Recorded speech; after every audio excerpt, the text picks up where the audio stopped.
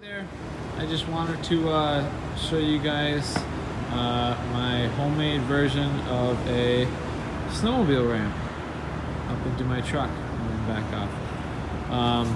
So this is just a normal ATV ramp that I use for the four-wheelers and stuff, and it would always catch on the metal right here if I tried using the snowmobile. So I kind of made this used to be like a hockey shuffleboard back and forth deal that I just took the plexiglass off, and I'll show you how I kind of made it work. So I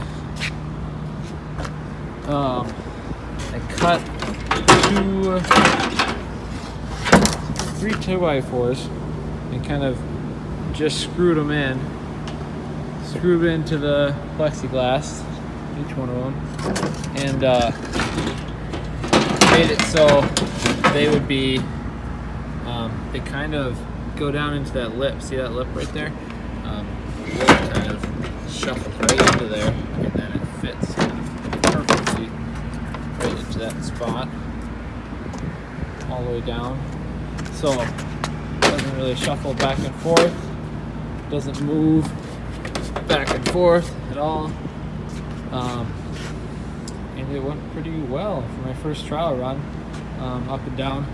It missed the screws going up. So that went well. The only thing that broke off was I kind of melted this part of the plexiglass to add an angle, like so. And the same thing was over here. It's now laying over there.